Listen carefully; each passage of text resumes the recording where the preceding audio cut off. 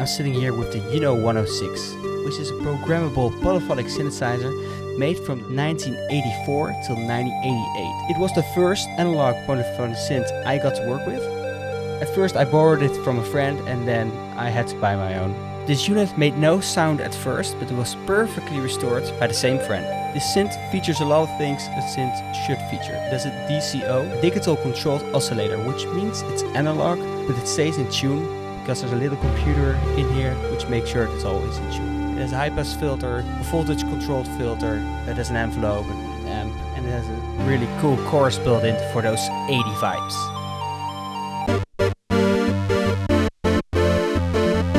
The sub-oscillator makes it sound really fat in the bottom end. I tried quite a lot of synths, but so far this has been my favorite because it's just so easy to program. What I really like about synths like this is that there are banks and patches which can give you instant inspiration.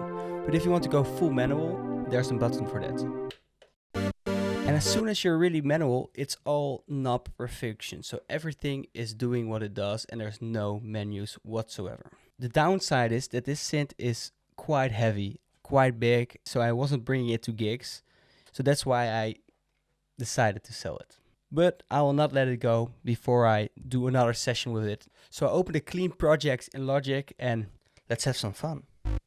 I'm gonna start with just laying down some drums and then see if I can come up with a bass line and stuff like that. Let's stay with the vintage vibes. I'm gonna work with a Roland CR78, which is a great analog drum machine and it comes with Logic at the moment, so that's lovely. I'm gonna layer it with a CR8000, which is also a Roland drum computer, so it should work right. Alright, now we got something. Let's see if we can come up with the fat bass line. There's a nifty trick with these Junos. They have two polyphony modes. Poly mode 1 is true polyphonic. It assigns a new voice chip to every key pressed, up to a maximum of 6 before it starts reusing the chips. The first mode is there to help you sustain notes. It's only gonna reuse the voice chip if it really needs to. The second mode reuses the voice chip as soon as it can. So as long as notes don't overlap, it's gonna use the same voice chip all over again, which makes for less crowded sound.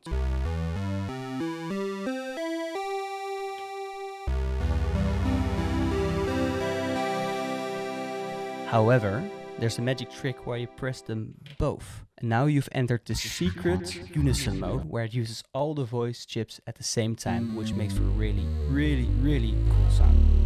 And I think I'll try and make a bass sound with this.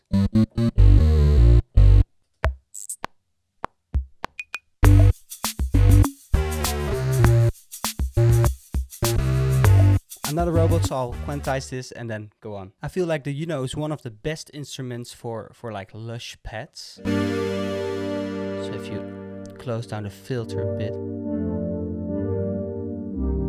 I've put some reverb on it, so it just sounds amazing.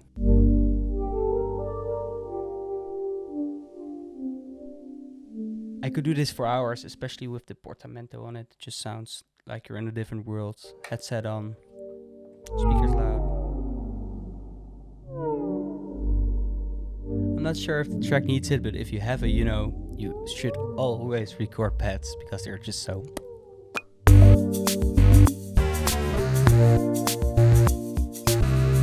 That might also work for the intro, so I'm gonna change it up a bit and put it there as well.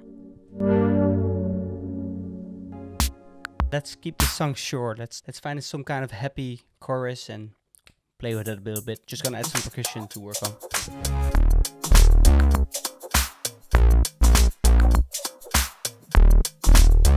Not gonna add much to the chorus, but I'll just add some melodies far away in sound.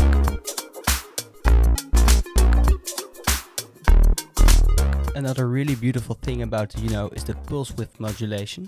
That allows you to change the width of the square wave. But you can also let the LFO, the low frequency oscillator, change this while you're playing. Gives you a really alive sound. Let's use that in a song. This would also be a really really great part to use the portamento, make it a bit slow. So you really hear the oscillators chasing the pitch you play. So now they're all playing the chord, but as soon as you change chord, you really hear the oscillator climbing up. And that's something I want to this song. That's something I need to this song. That adds some extra layers to this.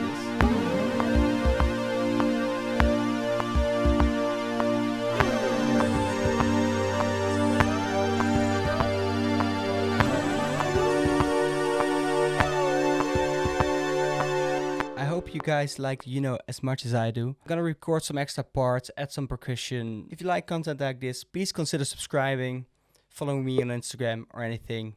It would mean a lot to me. I'll leave you to it and let you listen to the song.